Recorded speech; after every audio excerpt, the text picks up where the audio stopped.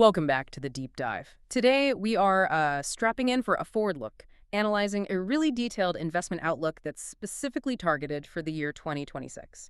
We've sifted through, well, a mountain of research economic projections, earnings forecasts, and the kind of strategic challenges facing big institutional portfolios. And if you had to boil it all down, the core contradiction for 2026 is really captured in this one phrase: AI lift and economic drift. AI lift and economic drift. Okay. Exactly. I mean, the headline looks okay. The overall U.S. economy seems resilient enough to support risk assets, like stocks. But once you look just below the surface, things get complicated. The cyclical momentum is soft, and you have these powerful policy forces creating all these internal pressures. And that leads to volatility and, frankly, inequality, especially for the average consumer. That contradiction is exactly what we need to unpack. We're going to dissect that volatility, the evidence for the sustained AI boom, and why international markets and alternatives are suddenly becoming so indispensable. So let's jump right in with the baseline forecast for the U.S. economy. It looks, well, structurally resilient, but incredibly bumpy. It's very bumpy. Yeah, the sources project a growth path that slows down way down to about 1% in the fourth quarter of this year, before suddenly surging to above 3% in the first half of 2026. Yeah, a huge spike. A huge spike, and then it slows right back down to that 1% to 2% range. So why the dramatic lurch? Well, the volatility is highly policy-driven. It's not just the normal economic cycle. Yeah. So you take that H1 2026 surge you mentioned. Right. It's an anomaly. It's essentially a temporary sugar rush. And it's driven by some specific legislation. Let's just call it the OBBBA legislation for now, as a placeholder. Okay, OBBA. So what is that legislation actually doing to create that kind of spike? So it offered some new tax breaks, but the IRS hadn't fully adjusted the withholding schedules yet. So the effect is that when tax season hits, households get these unexpectedly large lump sum tax refunds. It's like the government is just injecting a huge cash payment right into consumers' hands all at once in the first quarter. And that sudden injection creates that artificial growth burst, which then just fades away. It fades right away, exactly. Yeah. It's a timing issue, not some fundamental acceleration. And beyond that quirk, the outlook points to two really significant long-term policy drivers that are just generating volatility. Tariffs being the first. Tariffs, right. Yes, the dramatic increases in U.S. tariffs are a massive inflationary force. I mean, sure, they generate revenue for the government, but those costs are increasingly being passed right through to you, the consumer. And that's going to be felt for a while. Oh, yeah. This effect is expected to boost year-over-year inflation all the way through the first half of 2026. It's a continuous drag on real consumer purchasing power. And the second driver you mentioned is the expected immigration crackdown. How does that translate into the macro numbers? Well, the expected decline in net immigration is projected to cause an absolute decline in the working-age population. The key implication there is really slow job growth. I mean, we're talking about maybe 50,000 jobs per month. Oh, that's not much. It's very little. But there's a strange silver lining here. Because the labor supply is so constrained, employers are really hesitant to do sharp layoffs. So unemployment is expected to peak at a pretty mild 4.5%. So the labor market stalls, but it doesn't completely break. Exactly. It doesn't break. And this whole slow but resilient picture brings us to a really crucial concept for 2026, the K-shaped expansion. Right. And this is where the economics translate directly into that real-world inequality you mentioned. It really does. I mean, the K-shape just describes these wildly divergent realities for different income brackets. The top arm of the K, it's just soaring upwards. Fueled by the stock market. Fueled by massive wealth gains from, these consecutive blockbuster years in U.S. equities. Remember, the S&P 500 was up 17% when this was written. That supports high-end spending, luxury goods. You see it in the stellar performance of high-end brands. But the bottom arm of that K is moving flat, or in some cases even down.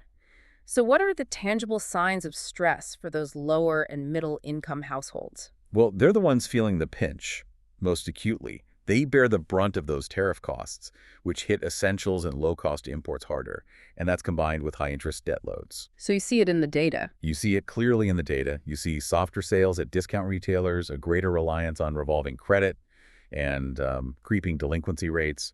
It's a stark contrast with the luxury travel and high-end spending that keeps the overall GDP numbers looking resilient. So let's pivot from that K-shaped economy to the stock market itself, which really asks the central question. Are current valuations a bubble or a boom? I mean, the S&P 500's forward PE ratio is touching 23x. It's rich. Valuations are definitely rich by historical standards, but the sources we're looking at argue they're justified by some pretty impressive fundamentals.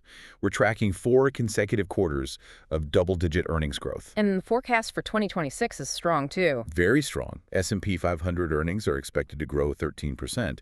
But the real question is how much of that is just one sector?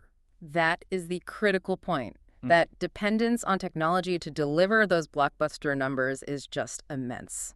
Which brings us to the AI theme. Is this really a boom, or is it, a speculative bubble like the dot-com era? The outlook suggests pretty strongly that this is the tumultuous start of a structural transition. It's not a bubble. Yeah. And the financing story is what's fundamentally different. How so? Well, back in the late 1990s, you had these speculative tech companies financing everything with massive amounts of debt and venture capital. They weren't really profitable. Right. Today, AI investment is being financed primarily by these incredibly profitable, cash-rich firms. The tech sector's free cash flow margin is near 20%. That's more than double the level we saw back then. Which means they can afford to fund this themselves. They can self-fund these monumental long-term investments without collapsing under a mountain of speculative debt. And that self-funded investment is creating real, monetized demand. So this isn't just an abstract idea, it's physical infrastructure. Absolutely. Data center capital expenditure is substantial. We're talking about 1.2 to 1.3% of U.S. GDP. It's concrete demand for hardware, for cloud services, for software. It's building the economic backbone of the future. That structural strength is undeniable, but so is the risk of concentration. The Magnificent Seven stocks still make up, what, about 35% of the S&P 500? About 35%, yeah. So if that concentration is so heavy, what's the single biggest downside risk to the whole index in 2026? Well, the biggest risk is just a misstep. A misstep by one or two of those mega caps, missed earnings report or a sudden, faster than expected hardware obsolescence cycle that forces massive write-downs. And we can see that in the numbers. You see it starkly in the earnings estimates. Since the start of the year, the 2026 Mag 7 earnings estimates were revised, UP 3.4%. But here's the kicker. Okay. The S&P 493, so the entire rest of the index, their estimates were revised down 1.2%. Wow. So that much anticipated broadening out of growth from tech to the rest of the economy.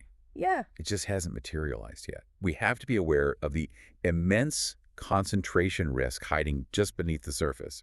And, this is probably a good moment to take a quick pause. Okay. We want to emphasize that all the information and analysis we're discussing here, it's designed only to help you better understand the markets. It is not investment advice. Absolutely. That is critical. Investing involves risk. So please be sure to do your homework or consult a professional financial advisor before you make any decisions. All right. Let's move to fixed income, where the atmosphere feels, tense, due to what the report calls the divided Fed. It's a great term for it. Yeah, the Federal Open Market Committee is essentially split, with members holding these wildly divergent views on policy. And that division stems directly from the Fed's dual mandate controlling inflation and maximizing employment. On one side, you have the inflation hawks. They're looking at inflation still hovering near 3%, potentially boosted by tariffs. And they're worried that cutting rates too soon signals they're okay with higher inflation. But then on the other side, you have members who are worried about the employment mandate, even with unemployment being relatively mild. Exactly.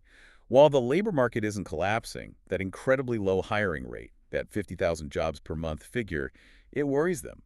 It suggests growth is too slow and that the unemployment rate might start to nudge higher. So this divergence signals a very difficult policy path. A very tricky path.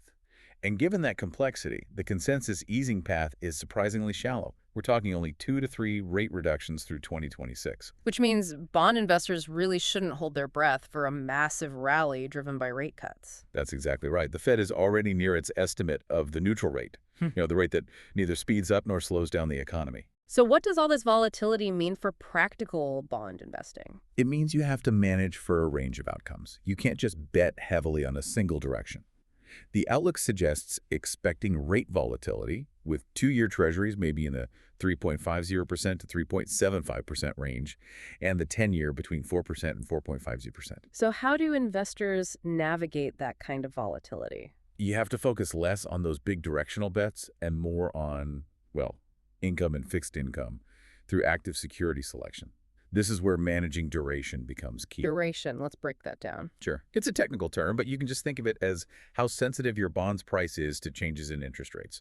With high volatility, you want to manage that duration very, very carefully. And what types of assets should fixed income investors be looking at in this environment? The focus should be on high-quality corporate credit, municipal bonds, and, importantly, assets that can hedge against that U.S. inflation risk we keep talking about. Which means things like TPS. Exactly. TIPS, Treasury Inflation-Protected Securities. They're bonds whose principal value rises with inflation, giving you a crucial hedge against those tariff costs. And beyond that, diversifying across global bonds is also recommended to hedge against U.S.-specific risks. Hey, let's shift our gaze overseas because the story in international markets seems incredibly important for diversification right now. It really is. I mean, international equities had a spectacular run in 2025, outperforming U.S. stocks by 1,520 basis points. The outlook says they have further room to run.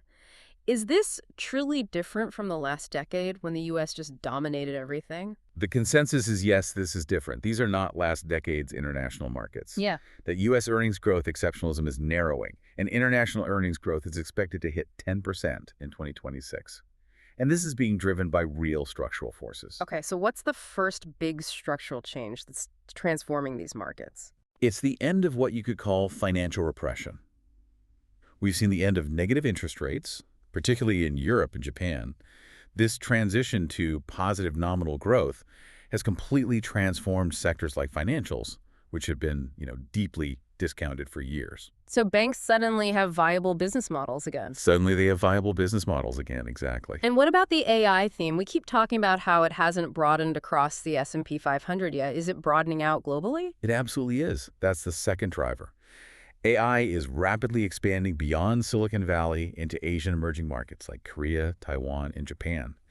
They're crucial components of the global hardware supply chain. Technology now makes up 27% of the entire emerging market index. So international equities are participating in that AI trend. They're increasingly participating. Yeah. And the third point is government spending, which is a major difference from the austerity that followed the 2008 crisis. Right. We're seeing strong global government investment, particularly led by the Eurozone.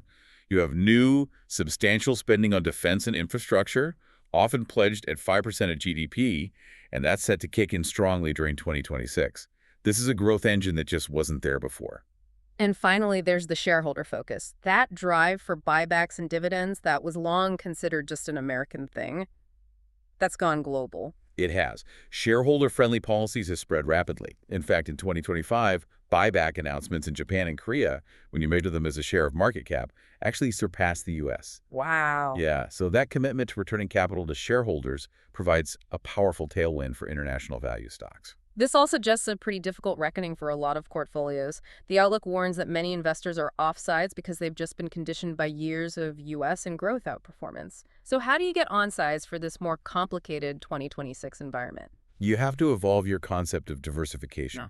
The traditional 60-40 stock bond framework is being reformed into what the report calls a 60-40 plus basket. Yeah, I love. That plus sign signifies the critical role of integrating high-quality alternatives, so private markets, to achieve stronger, less correlated returns and reduce your overall portfolio volatility. And the alternatives market seems perfectly positioned to capitalize on these 2026 themes, especially AI and infrastructure. Exactly right. I mean, venture capital offers direct exposure to the cutting-edge AI development that's driving that structural transition. And infrastructure is booming, supporting the massive demand for power and data centers needed for AI. So the hyperscaler spending is basically a value transfer? It's a powerful transfer of value directly into private markets that are funding that essential infrastructure build-out. We also anticipate better conditions for private equity exits. Right, IPOs. Yeah, companies being sold or taken public more easily as the IPO market gathers momentum. The recommendation is to focus on small and mid-cap PE, which tends to have simpler business models and often trades at lower valuations. Okay, to wrap this all up, we should quickly touch on the final macro risks that could radically shift this base case. Right, there are two main policy-related outliers. First, a Supreme Court ruling on tariffs that forces the government to issue massive refunds to U.S. companies. That would be deflationary and promote stronger growth. And second? The second would be an unexpected rush of new fiscal stimulus ahead of the midterm elections. That would juice growth in the short term, but almost certainly lead to higher inflation later in the year. So, practically speaking, the recommendation is to incorporate robust tax management using things like ETFs for efficiency and actively practicing tax loss harvesting. Yes, to improve those after-tax returns in what's going to be a volatile year. Okay, so to summarize the key takeaways for 2026, expect significant economic volatility driven by unusual policy shifts like tax refund timing and tariffs. AI seems confirmed as a structural boom, not a bubble, but that market concentration risk is still immense, It is. The broadening out has been slow. which means diversification is not optional. Incorporating international markets and alternatives is essential to achieving success in this complex environment. And the final thought we'd leave you with is this. While the surface-level stability of 2026 might appear comfortable, achieving real progress requires investors to fundamentally re-engineer their portfolios. The old rules of thumb are becoming obsolete, and evolving your concept of diversification, especially by integrating high-quality alternatives, is really essential for future success. Thank you for listening. Hope you enjoyed today's content. We'll see you in the next episode.